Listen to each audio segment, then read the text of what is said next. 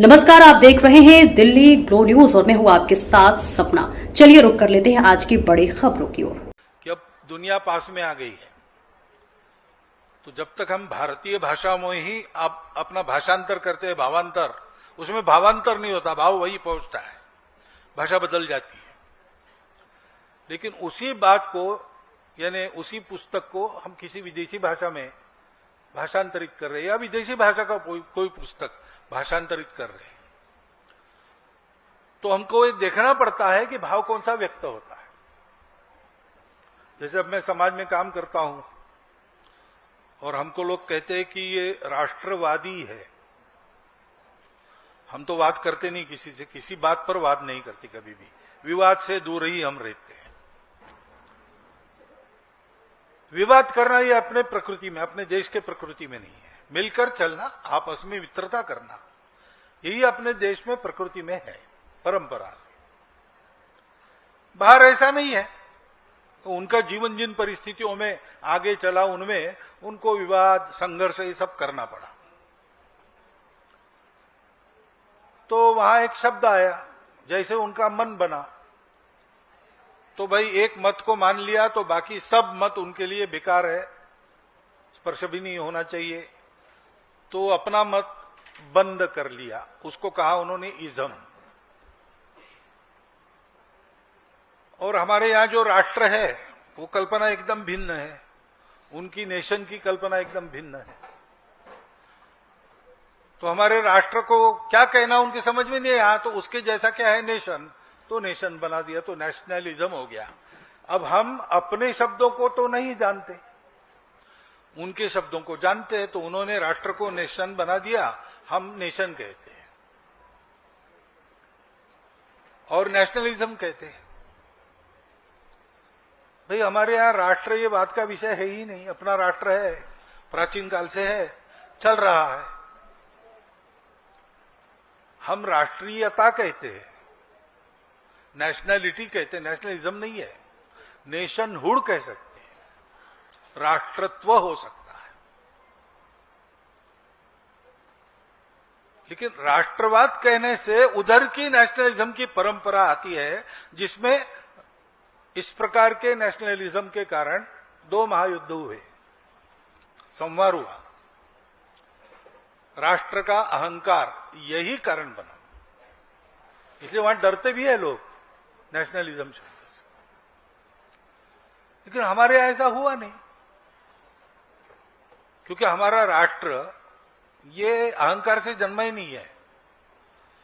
अहंकार के विसर्जन के बाद हमारा राष्ट्र जन्मा है। हमारे राष्ट्र की उत्पत्ति हुई जब ये बोधवाक्य एक सब में है, एक सब में है वाली प्रतीति जब हमारे लोगों को हुई, तो उन्होंने सोचा कि हम सब मिले हैं, जुड़े हैं, रिलेटेड है, हमको संघर्ष की आवश्यकता नहीं है, समन्वय करना है, प्रकृति के साथ भी समन्वय करके चलना है, और इससे शाश्वत सुख प्राप्त होता है जो दुनिया को अभी तक नहीं मिला। तो ये सुख का उपाय सारी दुनिया, क्योंकि वो भी अपनी है। अगर एक सब में है तो इसका मतलब ये सब कुछ मेरा ही है, घट घट में राम है।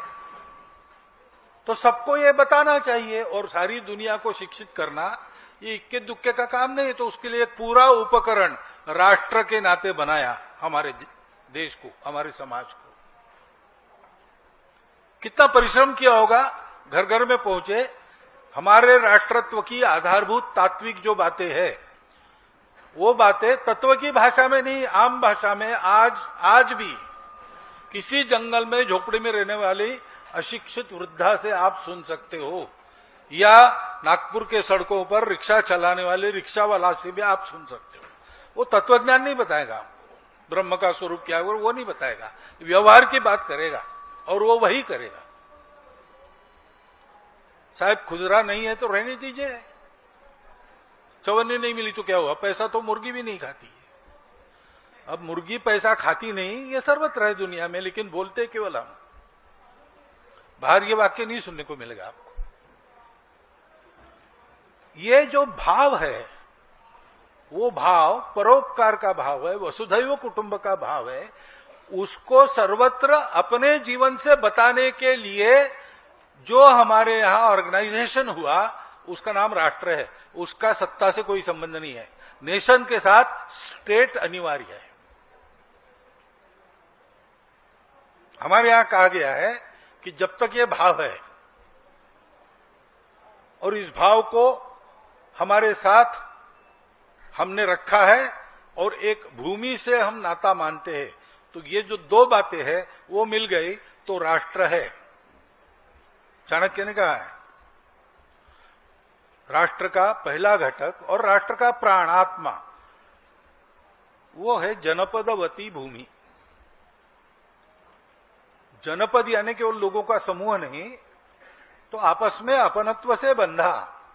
अपनत्व का कारण क्या? तो हम सब भारत माता के पुत्र हैं, इसलिए हम भाई भाई हैं। बाकी कोई तात्कालिक मनुष्य निर्मित आधार नहीं है।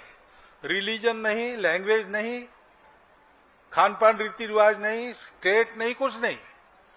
ये विविधता है, लेकिन विविधता के बावजूद उस एकता को हम स्मरण करते हैं, क्योंकि हमारी मातृभूमि ने वो संस्कार दिया, सुरक्षा और प्रतिष्ठा हमको देकर।